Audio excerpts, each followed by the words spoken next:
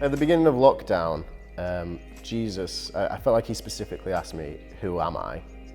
And I gave the very scripted answer, you are the Son of God.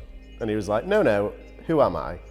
And my mind just blew because I was like, I have no idea who you are. I have no idea what you're about. Like, I just, I know about this, but it's not imprinted on me almost. And I think I kind of went on like a little trip with him to find out who he was.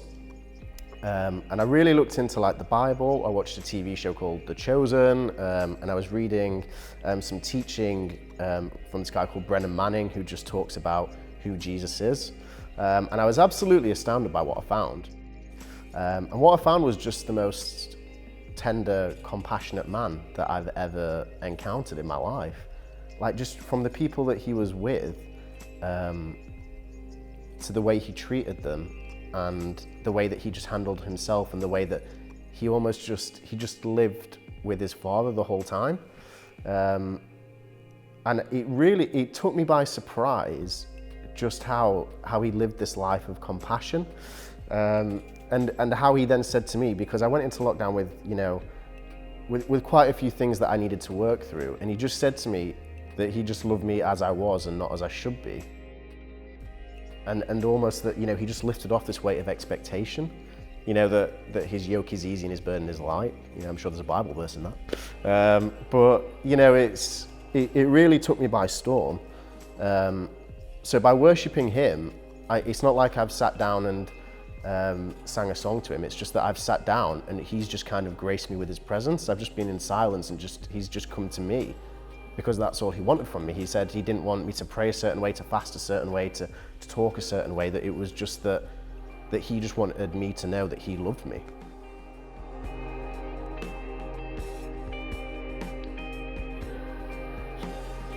I think he's just told me that there's a real simplicity in it. That he just says, love the Lord your God with all your heart, soul, strength and mind, and love thy neighbor. And I'm like, it's not go and convert the local people in the park. It's not love people and then convert them. It's not tell them about their sin. It's just love them. And I feel like, that is our mission. That it reciprocates, that I can see that Jesus loves me as I am, not as I should be. And then I reciprocate that to my neighbor, to the person closest to me.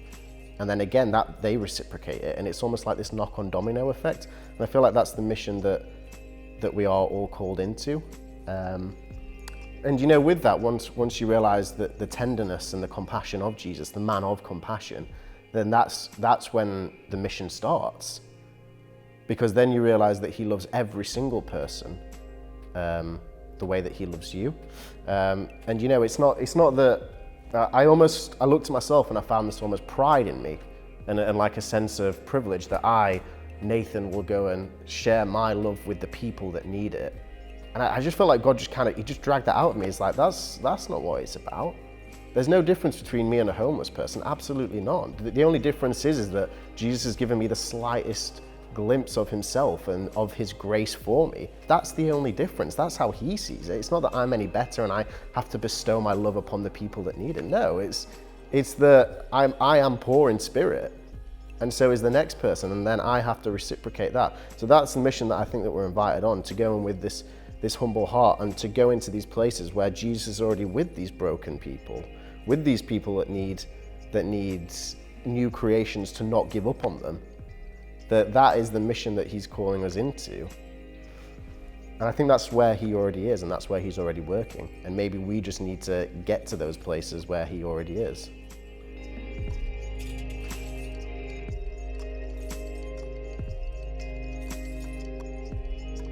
That we mean what we say, that we are authentic in what we are doing and what we're saying. There's always so much in the media about the church, about what is happening, what is going wrong and what is going right. What we stand up for and what we don't stand up for. And I feel like, going back to earlier points, that once we capture that glimpse of Jesus, once he's like branded his love onto you, that you are loved as you are and not as you should be, then that's when people change, and that's when the church changes, and that's the kind of people that the world needs and that the church needs. people that will stand up for these things. Because once, I found with myself that as I've just had the tiniest glimpse at him, that there's just like strength in character developing, that there is kindness and compassion and patience and all these different things just developing. And those are, for so long I thought that culture says that, I have to be confident, or I have to be funny, or I have to buy into all these different things. And actually people don't want that. That's what society tells us, but it's not true. That what people actually want is someone that cares for them, someone that will tell them the truth, that someone that they can rely on, someone that is all of the fruits of the Spirit. That is what is lacking. And I think that's where God is taking the church now, that he wants to get these new creations and these people that have genuine love for other people, that don't do it because they should, or because it is expected or out of obligation, because that is not true love, that is not genuine. I feel like he wants to get these people together that actually do love people as Jesus did and had compassion. In 1 Corinthians 13, it's like, if you've ever been to a wedding, you know that it's the most famous love passage in the Bible. But the most staggering bit is at the beginning, where it says if you do all these things but you do not do it out of love, then you are nothing.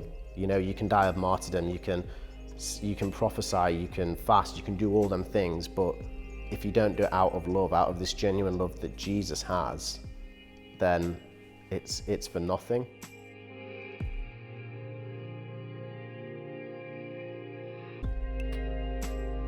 So I think I'd just like to see now it just move forward and us be at the forefront, forefront of I don't want to use the word revival, but revival. Because it's talked about so much, and I feel like it's prophesied all the time about this revival that's coming in. I'm like, the revival will start with the people looking at Jesus. That is what it is. That is what will happen. And I do believe that the outpouring of the Spirit is part of the revival, and it will look a certain way. But I look at the state of the world at the minute, and I'm like, a revival would be Black Lives Matter. A revival would be other social things coming into the world now, and it's starting from the church. Because there are different spectrums that we go on, that we either try and control people with truth, or we just don't get involved in truth at all. And hopefully, you want to land somewhere. It's like the church is going in this direction, that we feel that Jesus is calling us to, about this inequality and this issue, and we would like society to join with us. And I feel like the church is sometimes just a bit behind on these and kind of jumps on the bandwagon, and it's like we should be at the forefront at starting these trends and all these different things. But I think the thing that I'd love to see most happen in the Baptist church is just that we accept everybody. That there are pastoral issues at times, but that we just don't turn people away. That no matter if they don't fit our mold or they don't resonate with us, that we still have that same compassion for them. And I think that's what the heart of God is, and I think that's what Jesus did. And that was why that's what got him killed. Because it was so extravagant. It was not normal.